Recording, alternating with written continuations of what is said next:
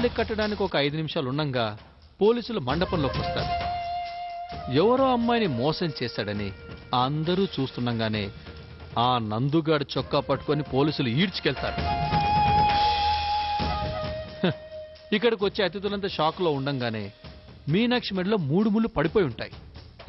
ఆ నిమిషంలో పార్థుగాడు తమ్ముడిని కాపాడుకోవడానికి పరిగెడతాడే కానీ తాళి కట్టే నన్ను ఆపడానికి ట్రై చేయడు కదా. ప్లాన్ బాగుంది, కానీ నందు మీద కేసు ఎవరు పెడతారు? ఎందుకు పెడతారు? ప్రపంచంలో చాలా పనులు డబ్బుతో జరిగిపోతాయి. కావాల్సినంత డబ్బు ఇస్తే నందుగాడు మోసం చేశాడనే కాదు, వాడి పెళ్లి చేసుకుని 2 పిల్లల తండ్రి కూడా అని చెప్పి కేసు పెట్టడానికి మనుషులు కూడా ఉన్నారు. అంతా డబ్బు, కాసు, పణం, దుడ్డు. భాష ఏదైనా, మనిషి ఎవడైనా, దేశం ఏదైనా కరెన్సీకి కరిగిపోయిన క్యారెక్టర్ చూడడం చాలా కష్టం. You are too brilliant Gautam. మరేంత పొగడేకు. పాత ఫార్ములా కానీ సక్సెస్ఫుల్ ఫార్ములా, అందుకే మరో దారి లేక వాడుతున్నాను. నువ్వు హ్యాపీగా ఉన్నావు కదా? చాలా. నువ్వు ఈ డ్రెస్ లో చాలా హ్యాండ్సమ్ గా ఉన్నావు. Hi Gautam. Really thank you. ఇవాళ మీనాక్షి కూడా చాలా అందంగా ఉంది. మరి మీనాక్షిని అలంకరించింది ఎవరు? నేను. అందంగా ఉండదా మరి? చాలా థ్యాంక్స్ నిధి. మీనాక్షి ఫ్యామిలీ మొత్తం ఆ డిస్టర్బెన్స్ నుంచి బయటపడేలా చేసి ఇప్పుడు ఇంత హ్యాపీగా ఉండడానికి కారణం నువ్వే. అందుకు మెనీ మెనీ థ్యాంక్స్. థ్యాంక్స్ ఎందుకు? మీనాక్షి నా సిస్టర్. తనని హ్యాపీగా ఉంచడం నా బాధ్యత కదా. అవును, మీ ఇంట్లో అన్ని ప్రాబ్లమ్స్ సాల్వ్ అయ్యాయా, లేదా మీ అమ్మగారు ఇంకా మీ పైన కోపంగా ఉన్నారా? మా అమ్మ లిటిల్ బిట్ అప్సెట్. అప్పుడప్పుడు ఏదో సర్దుబాటు చేస్తూ వస్తున్నాను. ప్రాబ్లం ఏం అవ్వదు కదా? ప్రాబ్లమా? ఛాన్సే లేదు. మా అమ్మ నాన్నకి ఇష్టం ఉన్నా లేకపోయినా నా సంతోషం కోసం వాళ్ళు ఏం చేయడానికైనా వెనకాడరు. కాకపోతే ఈ పెళ్లి కాస్త ఎమోషనల్ మ్యాటర్ కదా, కాస్త అటు ఇటు ఆసోలేషన్లో ఉంటారు. ఫ్యూచర్లో ఇవన్నీ సర్దుకుంటాయిలే, నో ప్రాబ్లం. ఇంతకీ పెద్ద బ్రో చిన్న బ్రో వచ్చారా? రాలేదు, వస్తూ ఉంటారు. అన్నట్టు ముఖ్యమైన విషయం ఒకటి చెప్పడం మర్చిపోయాను. పార్థు వాళ్ళ చెల్లెలికి కూడా ఈ విషయం చెప్పినట్టున్నాడు. దాంతో కూడా కాస్త జాగ్రత్తగా ఉండు. ఏనుగులాంటాడు వాడే మనల్ని ఏం చేయలేకపోతున్నాడు. ఏలకపిల్ల అదేం చేస్తుంది? ముందు జాగ్రత్త కోసం చెప్తున్నాను. నిధి, నేను ఎప్పుడైనా అజాగ్రత్తగా ఉండడం నువ్వు చూసావా? అన్నీ అనుకున్నది అనుకున్నట్టుగా జరుగుతాయి. కానీ పెళ్ళయ్యేలోపు మ్యాక్సిమం పార్థుగాని ఎంత ఇరిటేట్ చేయగలనో అంత ఇరిటేట్ చేయాలి. వాడొక పెద్ద పుడింగ్ అనే ఫీలింగ్లో ఉంటాడు, దాన్ని కట్ చేయాలి. వాడి ఫీలింగ్స్ని వేర్లతో సహా కట్ చేసి పడేయాలి. నువ్వు మీనాక్షి మెళ్ళలో తాళి కట్టిన మరుక్షణం వాడు చచ్చిన పావులా పడుంటాడు.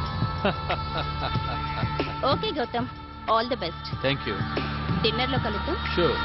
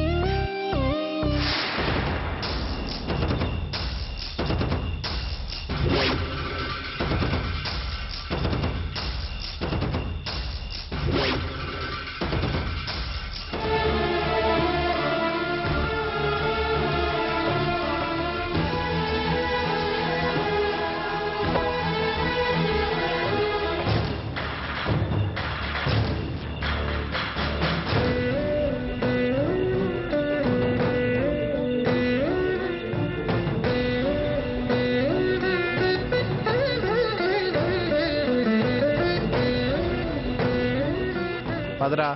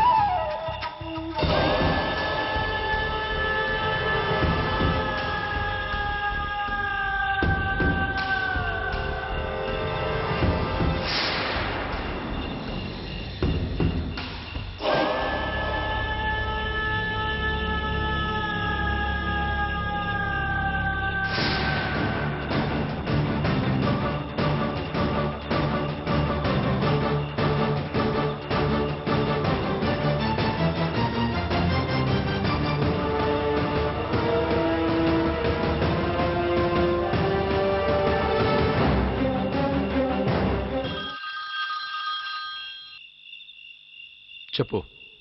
మన గెస్ట్లు వచ్చారు. వచ్చేసారా? గుడ్. సరే, నువ్వు వచ్చేయి.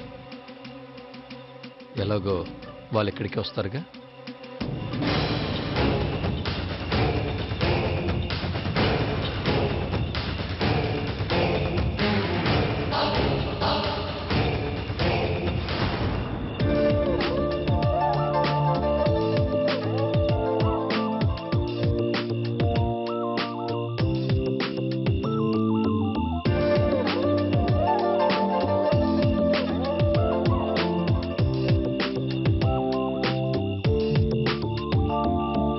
పార్దు, ఇప్పుడు లోపలికి వెళ్ళడం ఎలారా?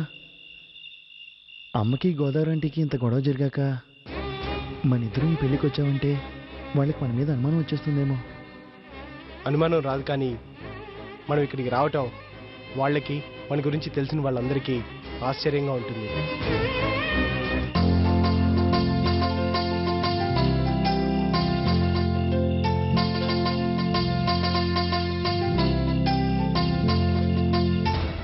కార్తీక్కి ఫోన్ చేయరా.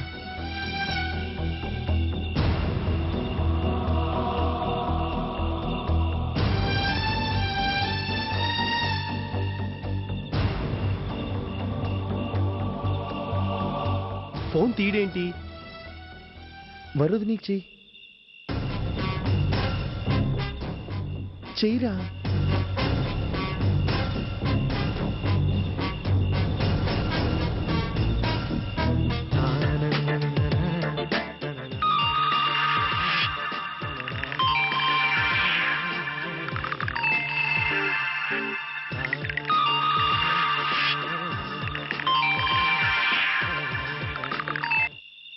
చెప్పండి. మేము ఇక్కడ ఎంట్రన్స్ దగ్గర వెయిట్ చేస్తున్నాం. అప్పుడే ఎందుకు వచ్చేసారు? రేపు పొద్దున వస్తే సరిపోయేదిగా.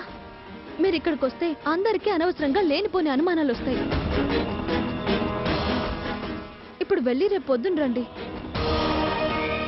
నేను ఎప్పుడు ఏం చేయాలో నాకు తెలుసు, నువ్వు చెప్పకు. కార్తీక్ని పంపించు, ఇక్కడ వెయిట్ చేస్తుంటాం.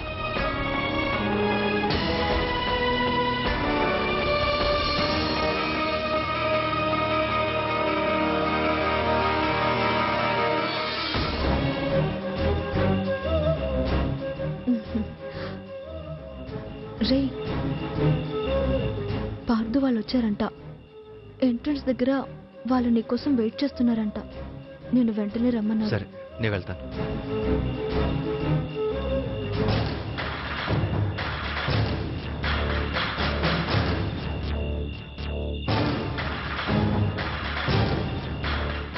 హాయ్ పార్దు. హాయ్. మీరు ఈ పూటకు హోటల్లోనే ఉండి పొద్దునొస్తే సరిపోయి ఉండేదేమో. అప్పుడు ఎవరు హడావుల్లో వాళ్ళు ఉండేవారు. తెల్లవారేలోపు ఆ యదవ గౌతమ్ గడి ఏం చేస్తాడు ఎవరికి తెలుసు. అందుకే ఇప్పుడు వచ్చాను. నేను ఇందాకే చెప్పాను గౌతమ్ గురించి తప్పుగా మాట్లాడొద్దని. వీడొకడు. కార్తీక్, ఇప్పుడు మీ ఇద్దరం అక్కడికి వస్తే నువ్వు మేనేజ్ చేయగలవు కదా? చేద్దాం రండి.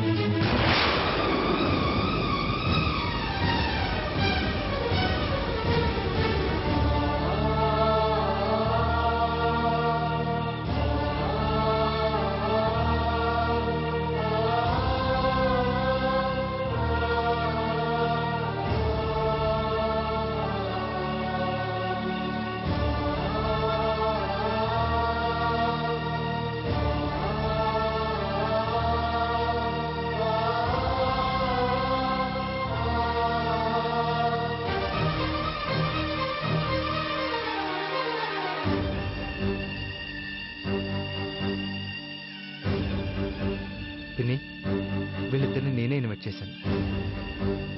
ఇది నా చెల్లెలి పెళ్లి. నా తరపున కొందరు బంధువులు, ఫ్రెండ్స్, ఆఫీస్ స్టాఫ్ ఇలా చాలామంది వచ్చారు. వీళ్ళిద్దరు నాకు స్వయాన బాగుపడుతుంది. పార్థు నాకు బిజినెస్ పార్ట్నర్ కూడా. వీళ్ళు ఇక్కడికి రావటం వల్ల నాకేమి ఇబ్బంది లేదు. కాకపోతే ఆశ్చర్యంగా ఉండదు.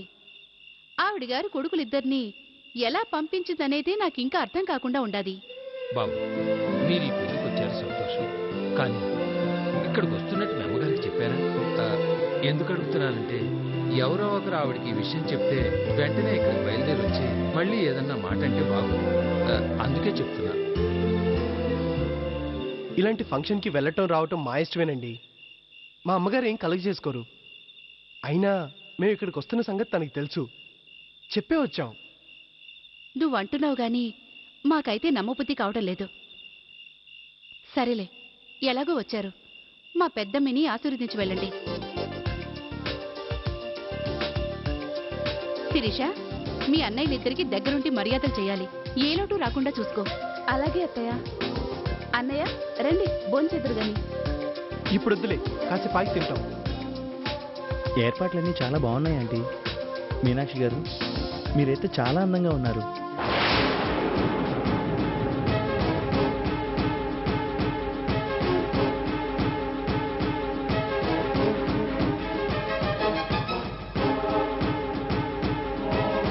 ఈ రోజు ఎంత కొత్తగా కనిపిస్తున్నారో తెలుసా? నందు, మీనాక్షి నీకు పరాయి ఆడపిల్ల, మరొకరి కాబోయే భార్య. ఇట్ట నలుగురిలో పరాయి ఆడపిల్లని పొగడ్డం బాలేదయ్యా. పరాయి ఎందుకు అవుతుంది ఆంటీ? మనం ఒకటేగా.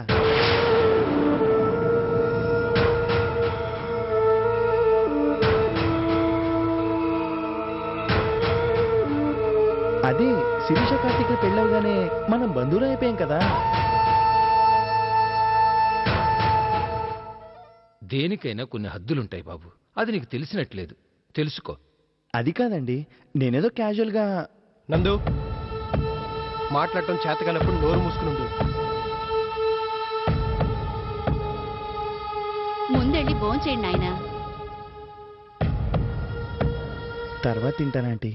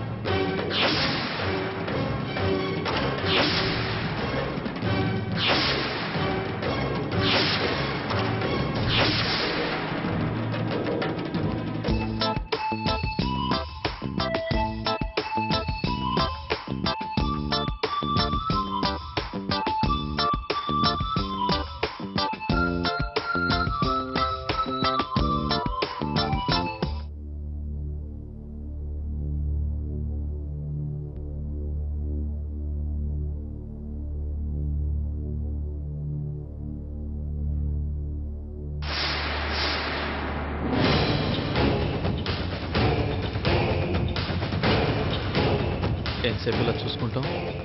మాట్లాడు. మాట్లాడటానికి ఏం లేదురా, చెప్తా. ఎంత విర్రవీగుతున్నావో దానంతటికీ గట్టిగా సమాధానం చెప్తా. బ్రో, అన్ని డోర్స్ నేను క్లోజ్ చేసి పడేశాను. ఇక నువ్వు నన్నేమీ చేయలేవు. మీనాక్షి మెడలో నేను 3 ముళ్ళు వేస్తుంటే చూస్తూ ఊరుకోవడం తప్ప. అది మాత్రం జరగనివ్వనరా. అన్నీ జరుగుతున్నాయి కదా బ్రో, దేనైనా ఆపగలిగావా? లేదు. రేపు నేను తాళి కట్టడం మాత్రం ఎలా ఆపుతావు? ఆపుతాన్రా. సరే, నువ్వు ఇంతగా ఆవేశపడుతున్నావు కాబట్టి నీకు చిన్న ఆఫర్ ఇస్తాను. ఇప్పుడు ఈ భోజనాలు అవ్వగానే పెళ్లికి వచ్చిన అతిథులను ఎంటర్టైన్ చేయడానికి కచేరీ ఏర్పాటు చేశాను. ఆ కచేరీలో మన ఇద్దరం కలిసి ఓ ప్రోగ్రాం పెట్టుకుందామా? ఇది నీకొక బ్రహ్మాండమైన ఆఫర్. మన ఊళ్ళో దీపావళికి మైక్ సెట్ పట్టుకుని ఆలసించిన ఆశాభంగం, నేడే అవకాశాన్ని సద్వినియోగపరచుకోండి అని చెవులు చిల్లులు పడేలా అరుస్తుంటారే, అలాంటిదే ఈ ఆఫర్. ఇప్పుడు కచేరీలో సింగర్స్ పాడడం మొదలు పెడతారు కదా, అప్పుడు నేను అంత్యాక్షరి ఏర్పాటు చేస్తాను. నా చేతిలో దుపట్టా ఉంటుంది. నేను పాట పాడి మీనాక్షి మీద దుపట్టా వేయడానికి ట్రై చేస్తాను. ఎలాగంటే మన బస్ ఎక్కేటప్పుడు విండోలో నుంచి ఖర్చు వేసి సీట్ రిజర్వ్ చేస్తాం కదా, అలా అన్నమాట. ఇప్పుడు మ్యాటర్కి వస్తే, నేను మీనాక్షి మీద దుపట్టా వేయడం నువ్వు ఆపగలిగితే, ఆ దుపట్టాని నువ్వు కానీ మీ తమ్ముడు నందు గాని మీనాక్షి మీద వేయగలిగితే నేను ఈ పెళ్లి నుండి తప్పుకుంటాను. ఒకవేళ నేనే మీనాక్షి మీద దుపట్టా వేశానా ఇక మీరు ఏమీ చేయలేరు. మీనాక్షి నాది. ఒకవేళ నువ్వు అడ్డుపడి దుపట్టా పట్టుకున్నా పాట పాడి తీరాలి. అలా పాడలేకపోయినా నువ్వు ఓడిపోయినట్టే. ఓకేనా బ్రో? నీకో మంచి ఆఫర్. నువ్వు దీంట్లో నన్ను ఓడించగలిగితే చాలు, నువ్వు ఈజీగా గెలవచ్చు. మీనాక్షి నందుకిచ్చి పెళ్లి చేయొచ్చు. ఏమంటావ్? పోటీకి సయ్యా నయ్యా? రై, నువ్వు ఎంత ఎదవ్వో నాకు తెలుసు. Thank you.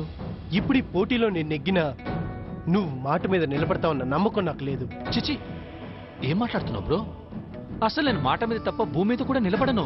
నన్ను నమ్ము. నిన్ను నమ్మాల్సిన అవసరం నాకు లేదురా.